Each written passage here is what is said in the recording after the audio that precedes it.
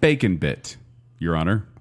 So a very timely BaconBit for everyone listening. A very relevant BaconBit. But at the same time, this is very bacon-selly. Well, it's relevant because one of us finally finished Better Call Saul. What do you say, finally? Yeah, because finally. the others of us finished Zach, it a while ago. When we're part of the zeitgeist, right? And so Joel finished it as it aired. I finished it like 2 weeks later. And we're just waiting for you to come on around. No, you guys weren't. Yeah. No. Yeah, you hadn't even started the show up until like 3 weeks ago. When did it finish?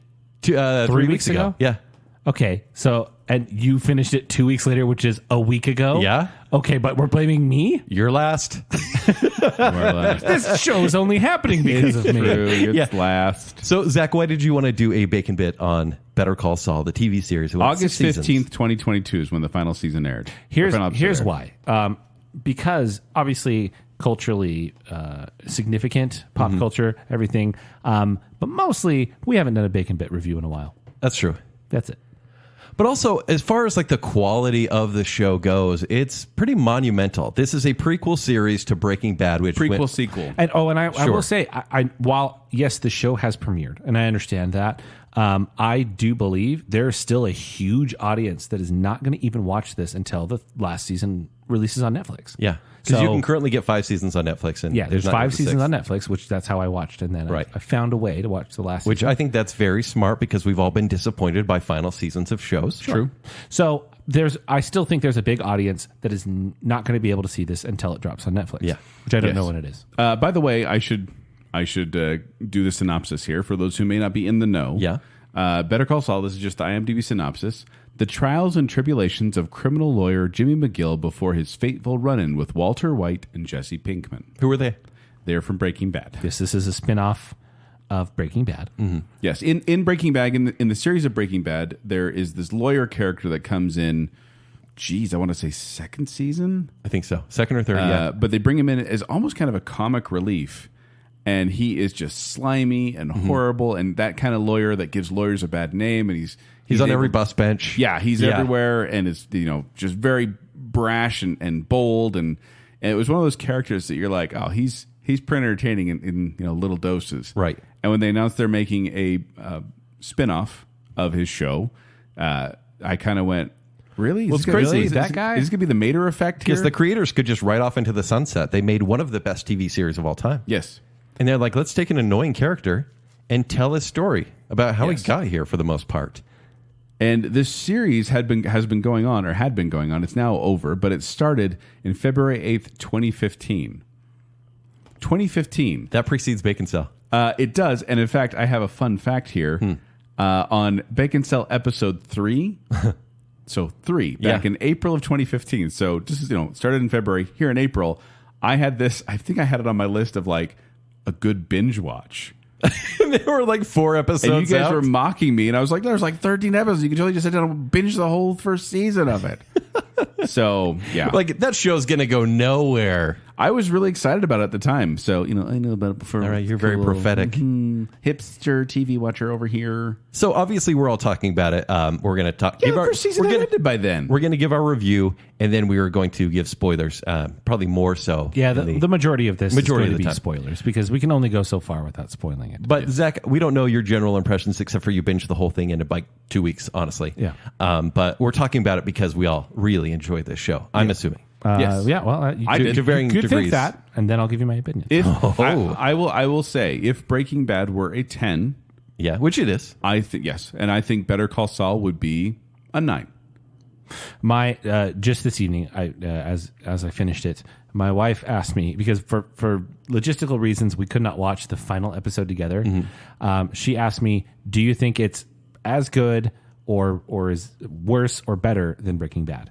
And the way I described it was, this show is worthy of Breaking Bad, and this is absolutely right up there as an overall piece. Like I'm literally tomorrow going to restart Breaking Bad. Oh, you are? Yes. And I do recommend that. It's fun to watch. Because now it once you have the recontextualizes things. Yes. You think about things a little bit differently. Yeah. So, yeah, I think it's absolutely worthy of Breaking Bad. If you like Breaking Bad, this is right there with it. I will also Different, say, if you don't like Breaking Bad, if that is not your thing, you can still like this show. Possibly. My wife not a fan of Breaking Bad at all. Doesn't like how dark and gritty and hard to watch it is at times. She loved Better Call Saul. She would watch it. It was one of the few shows we watched together and both enjoy. That's actually a really good point. There's a lot in here that is obviously influenced by Breaking Bad, including several characters that you see. But because it's almost all in the way of introduction, even though we know the character's future, you still see another introduction to them. Well, you don't necessarily need to know what they go on to do. It can flesh out these characters in great ways where you're like, I really loved this person as a villain in Breaking Bad, and now you get to see how they begin, or the rise in the cartel. Is that giving too many spoilers away? Because there's kind of two plot lines in Better Call Saul. Yes. Yeah. Well, I'll say this: if you, unlike a lot of prequels, where you can say, "Oh, well, I'm going to watch Star Wars 1, 2, 3, and then 4, 5, 6." Yeah, you can't do that with Better Call Saul because there are enough of these parts that actually take place after the events of Breaking Bad, including the conclusion of the whole show. Mm-hmm. Yes. You need to have seen Breaking Bad for it to make sense. And yet I know someone who has been watching Better Call Saul and is planning on watching Breaking Bad after they'd never seen it. I mean, you could piece it together. Certainly. And we were talking to him like, maybe you want to stop before the final season. Yeah. Because a machete method of sorts. Well, they say things like, oh, this character is no longer around. This character is missing. This character is dead. There are some spoilers. And there's some big spoilers there, but you don't know how it happened.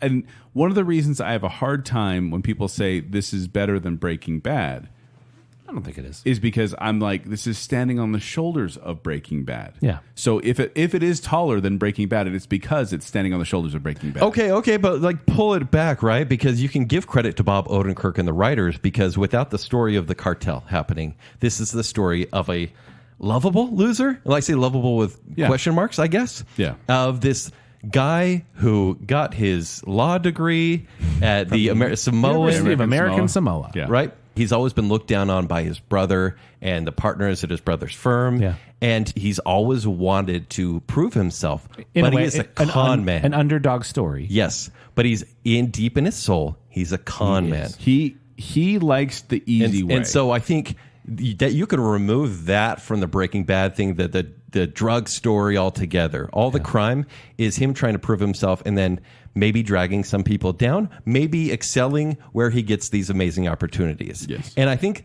those are actually the strongest parts of the show. Granted, it gets into the tension. Yes. Which happens probably more in the later seasons, because it starts out when you have his brother, who's played by Michael McKean. And I remember from Best in Show. I remember when I first nothing else. Yeah, right. Oh yeah. I'm kidding. When I first started the show, I'm like, oh yeah, I like him. Oh, it's very he's different. He's in Coneheads. It's a different role for him. It's very dramatic and a little bit sad as a character. But then you keep watching and you're like, oh, their dynamic is perfect. Mm-hmm. And then you get to know Kim in this show, and you're like, oh wow. And some may say she's a better Skyler. She is. Sure. She is. Kim is fantastic. She's a better Skyler. She's Skyler, but she's Skyler with a character arc. Rhea Seehorn. Yeah, Rhea Seehorn. Yeah.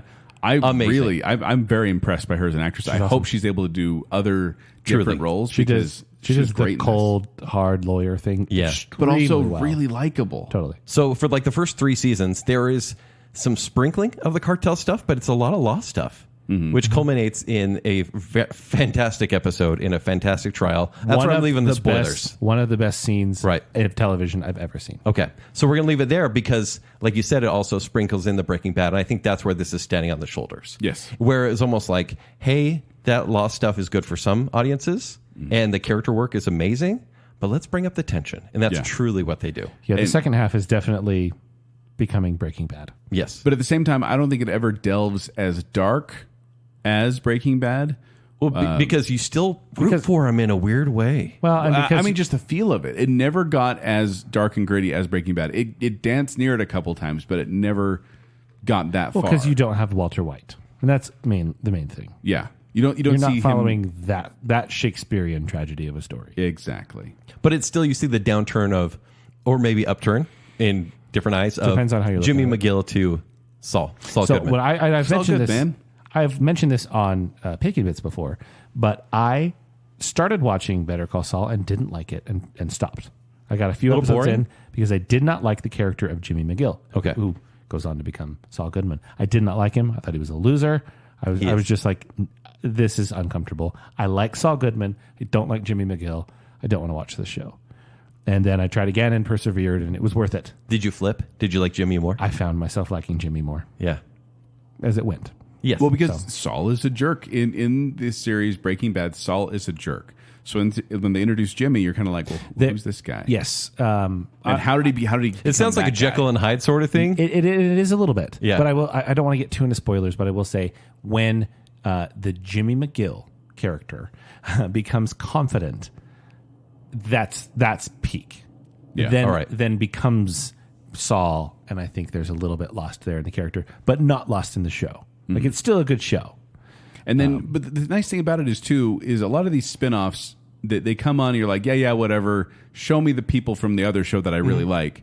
But one thing I think Better Call Saul did very well was introduce new characters that aren't For Nacho, for example. in the Breaking Bad I series. wondered that because I love Nacho Vargas in this I show. think it's a great character. Did he never show up? Passing No. reference. That's all he gets in Breaking Bad. Wow. Which he's came first, which is kind of weird. But Yeah, unexpectedly becomes the Jesse Pinkman of the show. truly.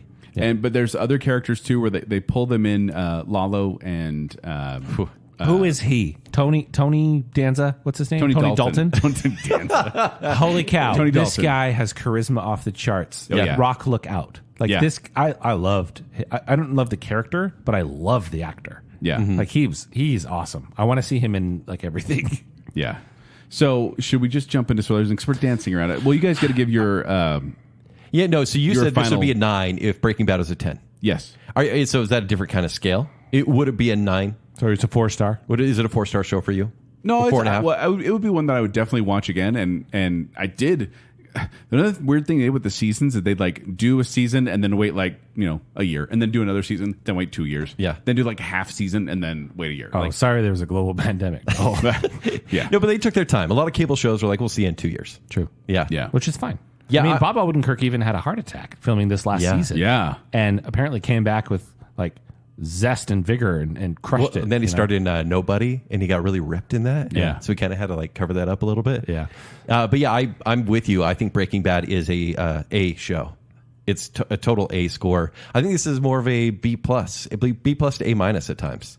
Okay. Often it has been A, but I think over time I'm still going to look at Breaking Bad a little more fondly, just because emotionally it got me involved more. Like I felt sick while watching Breaking Bad, and I know that's the worst recommendation, just because I was so involved in the Yes. downfall.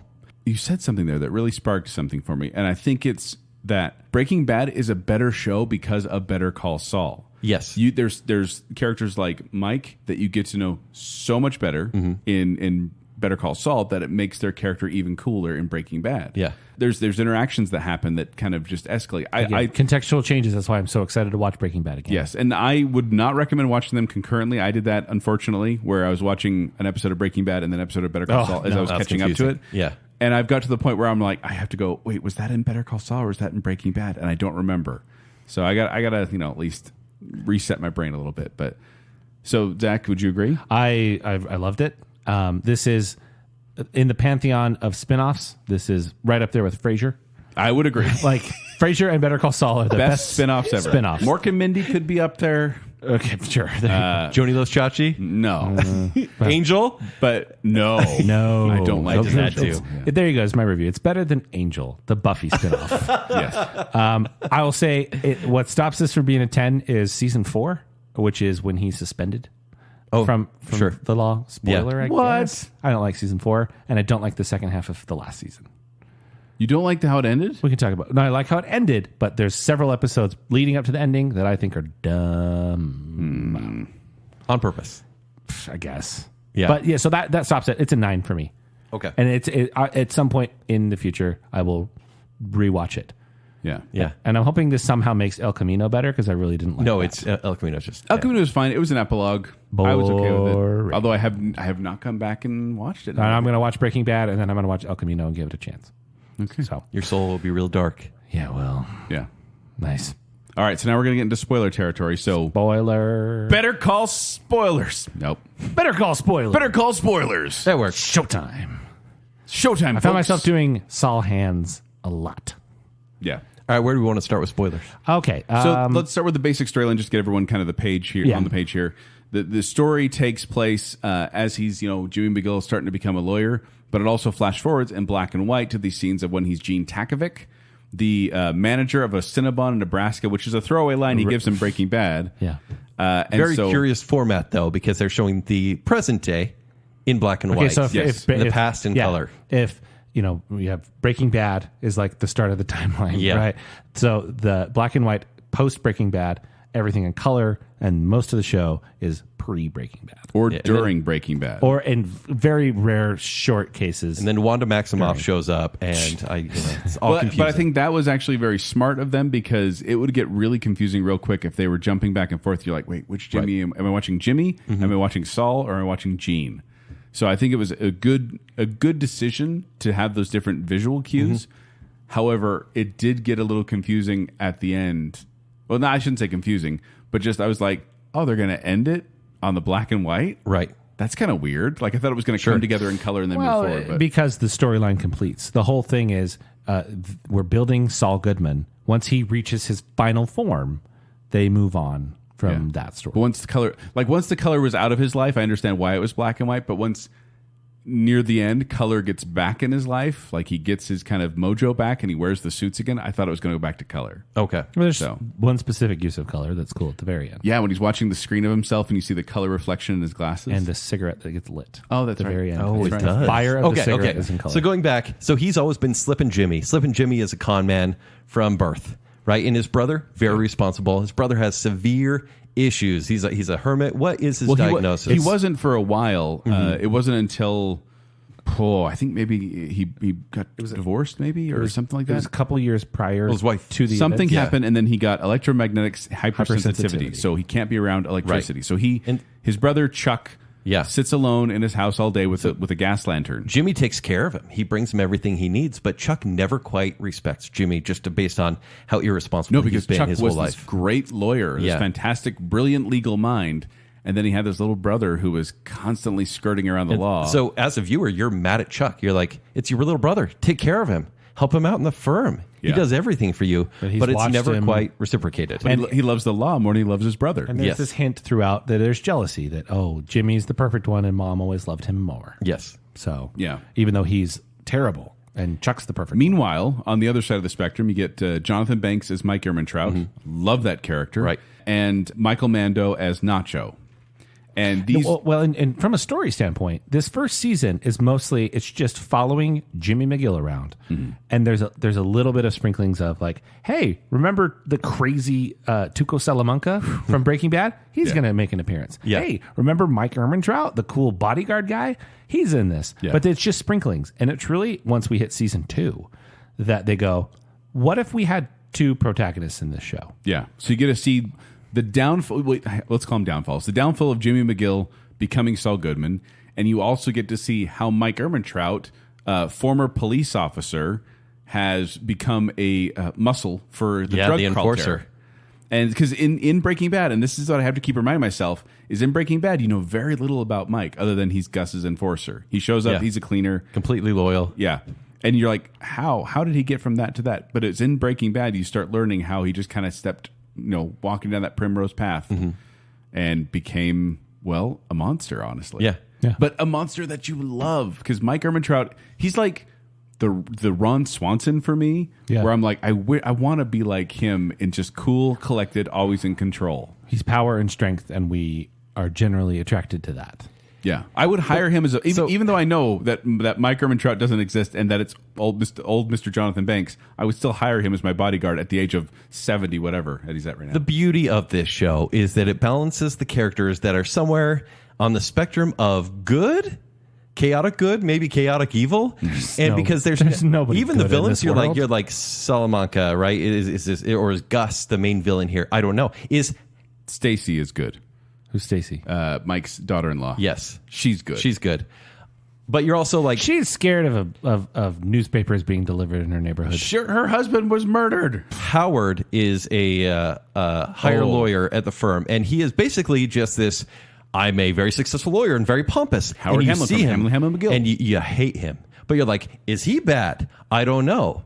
Is Jimmy bad? Is Kim bad? So right, they all have this side where you're like, you're not quite on either end. You're somewhere in the gray. But here's the thing: is even Howard, having gone back and rewatched the series, he didn't do much anything wrong. Like, he really was a good person. He's just a jerk. He's not even, though. Is he not? He's a jerk to jerks. I mean, come on, look at the way he like puts on a face before walking into a meeting every time. But that's what He's a good attorney, though, right? In his career, that's what he's been trained to do. Now, he does have some anger and retaliatory actions Condescension. towards Saul or towards Jimmy and Kim because they did something bad, and so he retaliates. But even that was also puppeted by Chuck.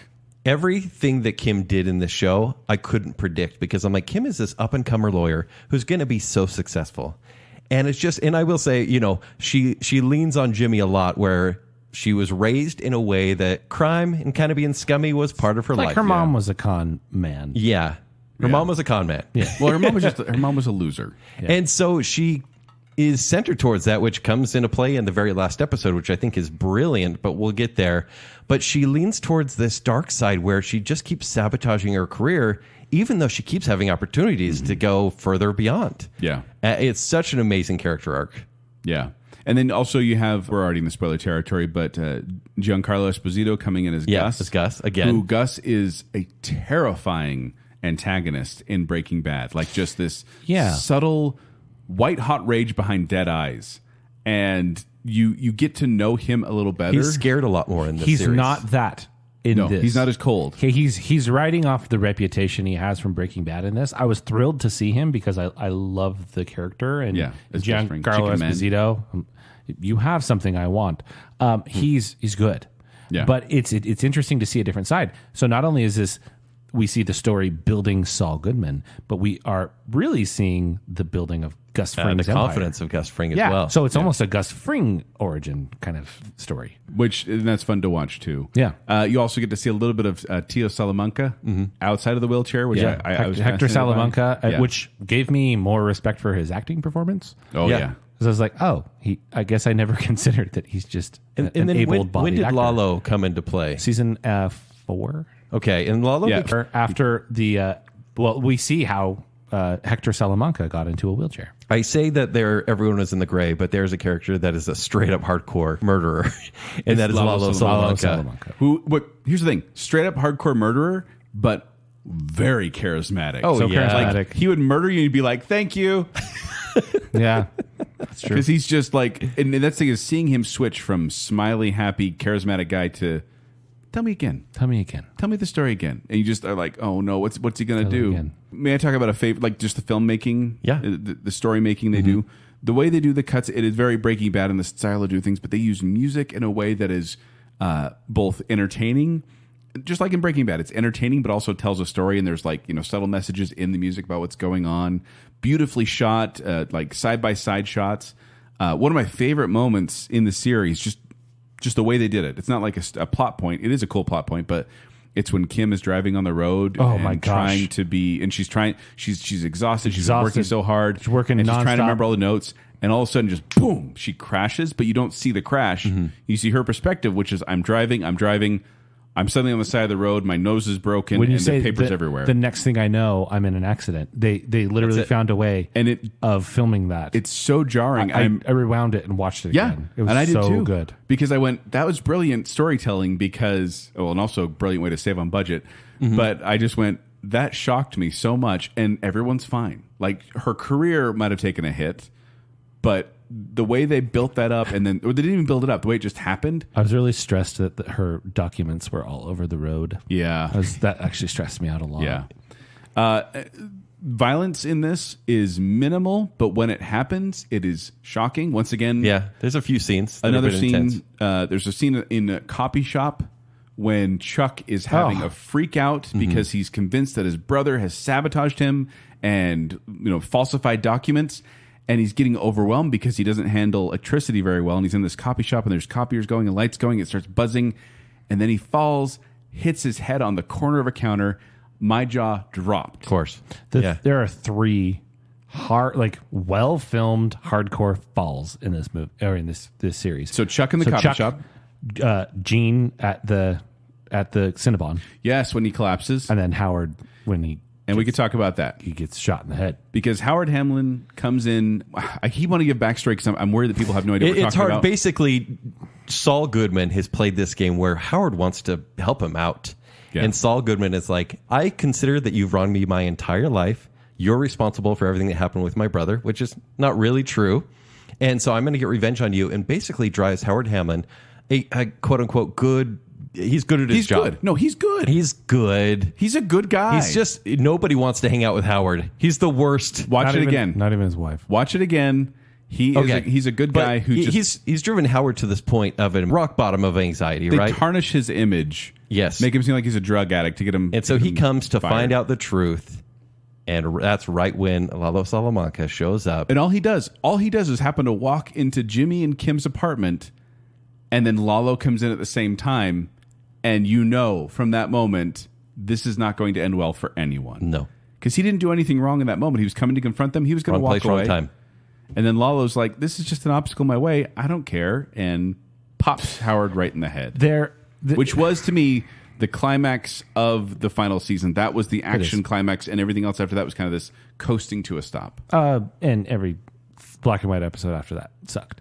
I wouldn't say sucked. Why is Carol Burnett in this show? Why That not? was so distracting. Zach, this is a vehicle for comedic actors. I don't know if you know this. Bob Odenkirk, I know. comedian. Mr. Show. Carol Burnett, comedian. Sure. Almost everyone in this show, Michael McKean, comedian. Yeah. They're giving these because Carol comedians Burnett a chance needs to a do leg up. Well, She's not doing. she'll good. get an Emmy. They're She'll giving get a an chance to do Emmy a for drama. this. But I loved seeing Carol Burnett in that role, and especially when I thought he was going to murder her for a second. Yeah. I was like, no. Are we jumping right to that second half of the season? I want to back up a little bit. Okay. And I don't like the Howard framing storyline at all. I really hated that whole storyline. Really? I actually found myself, maybe hate is too strong. I found myself throughout the show leaning one side or another on this. Once the show split into the duality of the drugs and cartel and then the law stuff. Yeah. When we split that storyline, there were times where I was like, oh no, I just want to see the law stuff. You know, Jimmy versus Chuck, I want to see that stuff.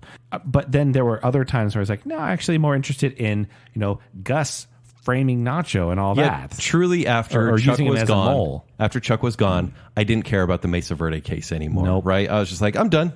Like the law stuff now is just like Jimmy's not involved anymore, so I don't really care. Because I like it when he argued for these people.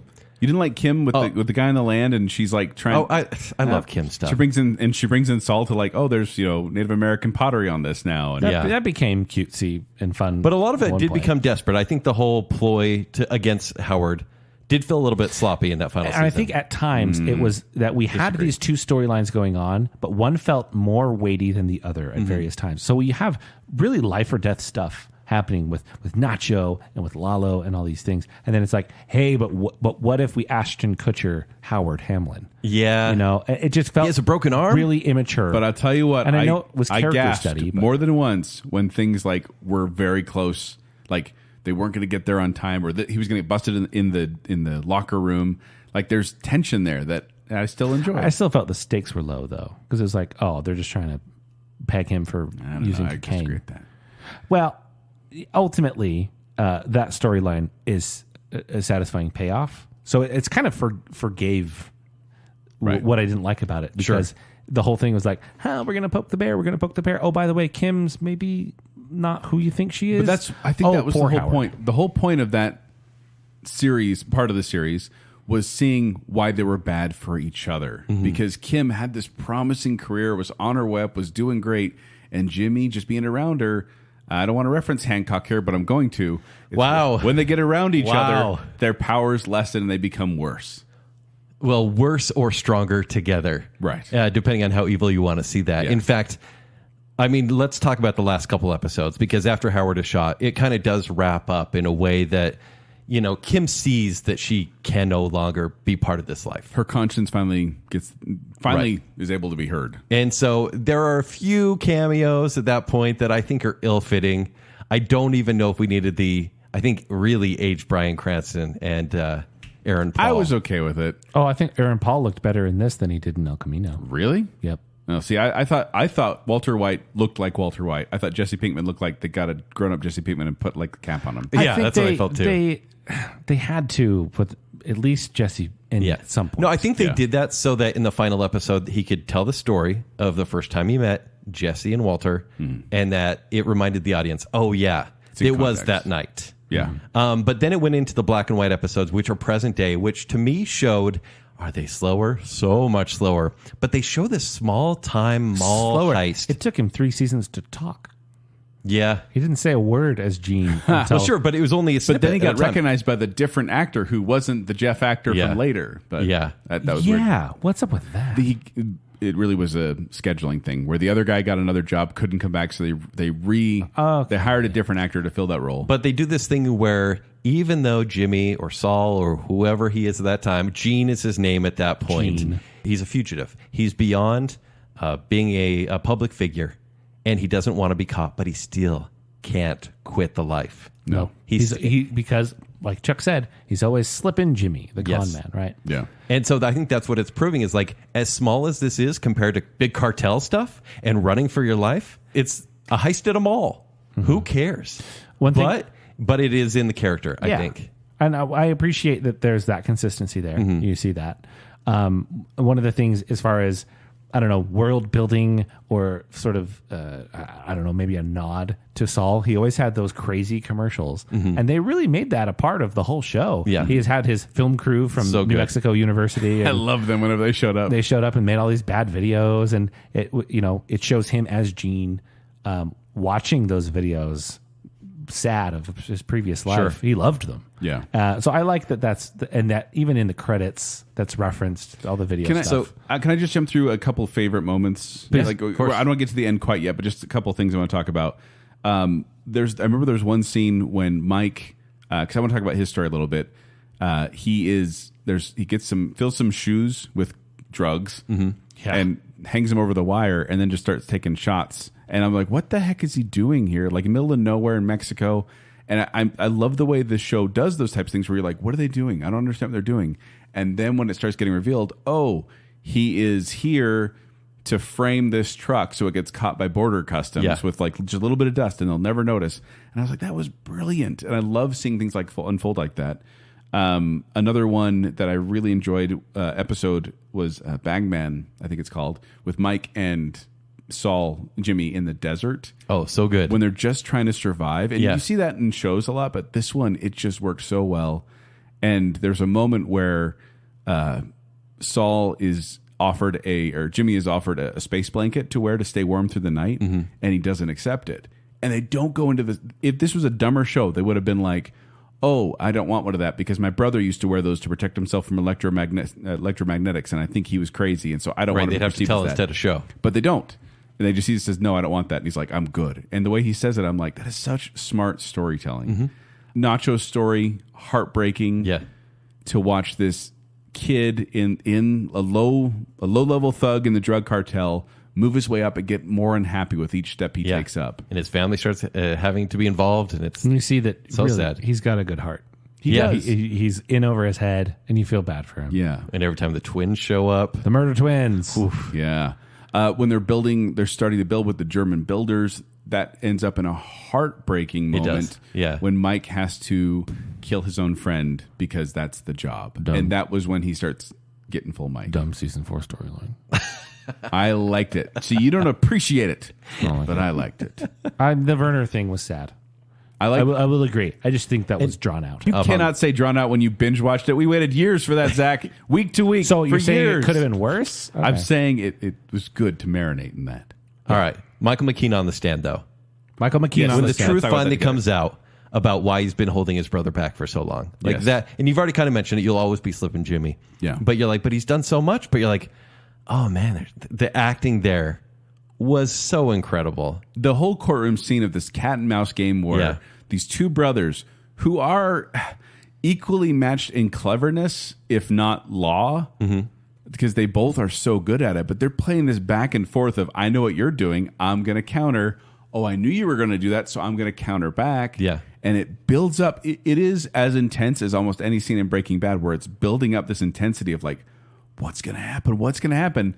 And when it finally happens, when Jimmy comes out on top as... He knows how to break his brother. He knew exactly what to do to break his brother and prove to everyone that maybe this electromagnetic thing is just in his head, and it breaks his brother. And it is heartbreaking to watch, but also oddly satisfying. Yeah. And then the brother realizing he's, mentally unwell and emotionally unwell, and he ends up killing himself in an odd way, but very appropriate for like just kicking over a lantern and starting his house on fire because he doesn't have any, it's hard to watch. It's hard to watch. So let's get to the way the show ended. If you guys are ready to move to that. Well, so enter Terry Gary Gergich Gingrich. He wasn't. He wasn't at the end. Yeah. Yeah. I'm sorry. I just really didn't like the whole stealing from the mall. You didn't gasp in horror when the guy slips and he's just there on camera, and I'm like, sure. Is he okay? Is he going to get up? No. So the ending, right? So we have we find Kim has gone off to Florida. She's working at a pipe fitting plumbing place. Plumbing supply place. Jimmy reaches out to her, or I guess Saul reaches out to her, really, and that kind of finally is we're gonna move this thing to the end. That's like the big action, because it was always, hey, there's no closure here. Yeah, we haven't talked in years. So she goes and says, well, I don't like hearing from him. I've been carrying this guilt. I've never even appropriately reacted to this thing that happened with Howard. So she goes and confesses to the Albuquerque DA, saying, here's everything that happened. We tried to ruin Howard Hamlin's life, and we witnessed him being murdered, and we covered it all up.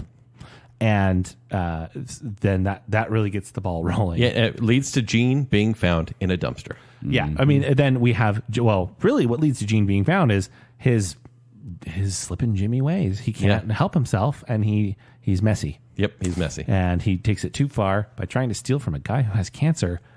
And it was the guy from The Big Bang Theory, which I was like, why do I know this? That makes me so sad. But anyway, so Saul he's sloppy. He gets caught. And so then we finally go, okay, now what? Is this the comeuppance of all the years of what's going to happen to him? But as much as you still don't like him in that present day storyline, as much as you shouldn't root for this guy, he's there. And the acting of Bob Odenkirk when he's giving his story to the widow. Yeah. Marie is reading, right? She's wearing purple. Hank's widow. Yeah, Hank's widow from Breaking Bad. So they bring her back in the show. Black. She's always wearing purple. But she starts wearing black more at the end of the series. Well, something. Yeah, but it was black and white, so we don't know. Yeah. Right. And so, but he gets the story that he's like, hey, this is what happened. I'm a victim of circumstance. Look at this. And then, the DA is like, you really think that's going to fly? He's like, I only need to convince one juror. Shadow of a doubt. It's a criminal trial. Well, the fact that when he gets that kind of Superman, the kryptonite is finally put away and Superman gets his strength back moment, when he sees that writing on the wall that says, my lawyer will beat your A. Yeah. Whatever it said, that suddenly he's like, oh yeah, I'm not Gene. I'm a lawyer. I'm Saul Goodman. Yeah. And he gets that kind of back in him. And then he's able to whittle it down from 186 years to 7 years. To 7 years, yeah. And so you're like, yeah, I should hate this character, but yeah. And he gets everything he wants. But then when Kim is his heart, and I think he blackens Kim's soul, but she's also his heart. But he knows that he's bad for her.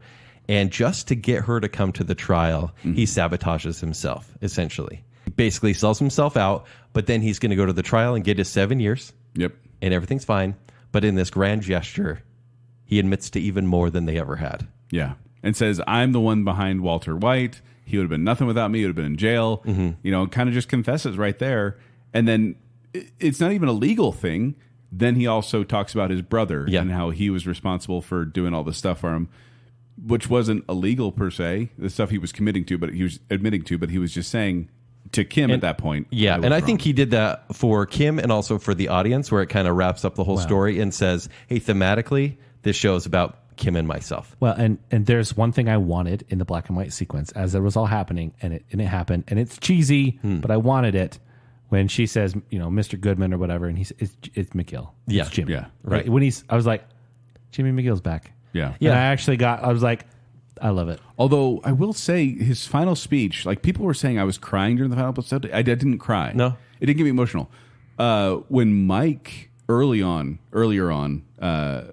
when Mike was talking about how he took some bribes and then his son got in the police force and he if you could go back in convinced him to time take a and bribe. change something. Well, this is even season 1. The whole "I broke okay. my boy" moment. Oh, I broke my boy. Ooh. When he breaks down about how it's his fault that his son is dead, that got me. Yeah. And there was a couple times I remember just a couple big emotional moments where I was getting emotional. But I remember that speech, and then I'm like, I should be feeling that right now, but I'm not. No, and I don't know why. Because we know that there wasn't any revelation from us as an audience. I guess we're like, thank you for finally. No, it's the catharsis that gets me sometimes. You're meant to be shocked that he's saying it out loud. Yeah. Finally, the truth is out. And then he goes to jail. He goes to jail. And so he and Kim get a final moment. 86 years. Yeah. Yeah. With the chance of parole at 20. Yeah. And their final scene, the final moment, is bar's closing. It's outside, and he's on the field in the prison. And Kim walks out, and then they're looking at each other. And it's just like... Finger guns. Yeah, this needs to end. Like, the bars need to be between these two because truly they are... Like Hancock, drawn to each other's corruption. And Jimmy knew that the only way that he could free Kim is to keep himself in there. Yeah. And they do have this nice little parallel scene of them sitting against the wall, smoking, kind of like they did in the season 1, where they're just chatting like that. Like kind of like a nice mirror image there. And you see color. Yeah, you do because see that color. kind of harkens back to their colorful days. Yeah. But like I said, I've said this before to other people, but I feel like this series did not have the explosive, wow, holy cow ending of Breaking Bad where you were just on your edge of your seat wondering what's going to happen. Well, it did halfway through the season. But what I was going to say is it had that moment of, wow, that just happened, and then it coasted to a comfortable stop. It's like being on a roller coaster. You go through, it's a crazy fun ride, and you get to the end, you kind of get that satisfying shh as you go to the right ends. It's not exciting, but it's what you expect. Right. That's what the ending of Breaking Bad was for me. See, for me, my wife actually put it this way, and it's true. It's like you were on the freeway going like 75, and then your car blew up, and then you coasted eventually. So you're still But you're alive at safe, that point. right? Yeah. You're good? Yeah. Stop. So you did not like the way it ended? Falling action took way too long for me. See, I'm okay with it. too. I enjoyed the ride. I would definitely watch this again. I would definitely recommend it to others because, like I said, I think it stands toe to toe with Breaking Bad. Even if Breaking Bad does stand a little taller in my mind. Yeah, I agree. Same. All right. So there you go. There's our review of Better Call Saul, which ended, well, about a month ago, honestly. Or whenever you're listening to this. Yes. Because like Zach said, people may be listening to this in a couple of months. Yeah. When And season 6 is on I've read Netflix. a couple good articles about this of the creators just kind of saying, yeah, we're going to leave the Breaking Bad universe for now. Good. Like this is what the story we had to tell. I'll tell you when I got teary. I watched it more or less on AMC Plus. Not really. That's the thing? But Okay. no. So after the version that I watched, after it was done, it had just a short, like 2-minute saying thank you to 2-minute the montage audience. saying, the casting thank you. And I went, That was good. That made me emotional. Yeah. I Yeah. actually walked up to my wife and I was like crying a little bit. I was like, it ended. It was really good. But the show's really good because I really felt like, especially Jonathan Banks. Yeah. It was like that. So good. This is great. Like this cast feels really cool. I like rooting for them. Yeah. So let us know what you think on Facebook, Instagram, and Twitter. We want to hear from you. If you've watched it, if you watched Breaking Bad but haven't watched this, if you watched this but haven't watched Breaking Bad, let us know. We want to hear your thoughts. And it's probably been long enough where we can have spoilers in the comments. Just preface it. No, because it hasn't even released on Netflix. You're right. I would just ask that you comment. Yes. You can all. comment, but if you're going to give spoilers, definitely give a spoiler alert before you do. Like How's I'd that? say spoiler territory is probably the fact that Gus Fring is in it. Yeah, I'd say medium spoiler territory is allowed, but always give a spoiler warning as according to spoiler law. How's that? Perfect. Law? Spoiler law. What are you, a spoiler attorney? No, it's Kent's law. He got his making- degree from the making- College of America Samoa. I'm making a law joke. Oh, I get it. Well, okay. Better Call Saul then.